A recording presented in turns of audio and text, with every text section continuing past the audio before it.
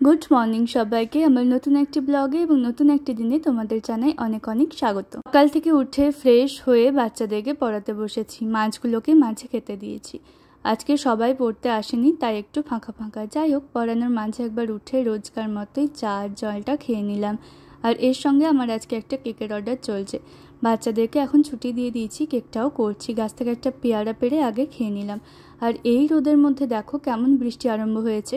যাই হোক, এখন তো আমাদের ওষুধ চলছে, তো এরকমই খাবার দাবার এখন খেতে হবে, সেটাই খেয়ে নিয়েছিলাম। তারপরে এসে রুমটাকে পরিষ্কার করে স্নানে গিয়েছিলাম। এই ছিল আমার কেকের কাজ। আর স্নান করে বেরোতে দেখলাম এত মেঘ করেছে আর প্রচুর জামা কাপড় কাচা আছে। আর সব প্রায় শুকিয়েই এসেছে, কিছু কিছু একদমই শুকিয়ে গিয়েছে। ভাবলাম তুলে নিই। তুলতে তুলতে এখানে তুমুল বৃষ্টি আরম্ভ হয়ে গিয়েছে। যাই হোক, আমার কাজটা কিন্তু হয়েছে। এই শরৎকালের হঠাৎ হঠাৎ বৃষ্টি বেশ সমস্যায় ফেলে দেয়।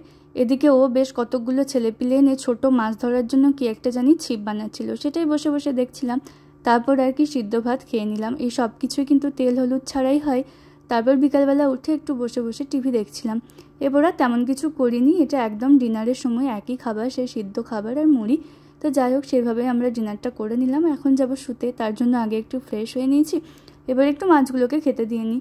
আর ভীষণ ক্লান্ত সারাদিন পরে, এবার তো শোবো। আর ব্লগটাও এখানে শেষ করবো। কাল আবার নতুন ব্লগে দেখা হবে।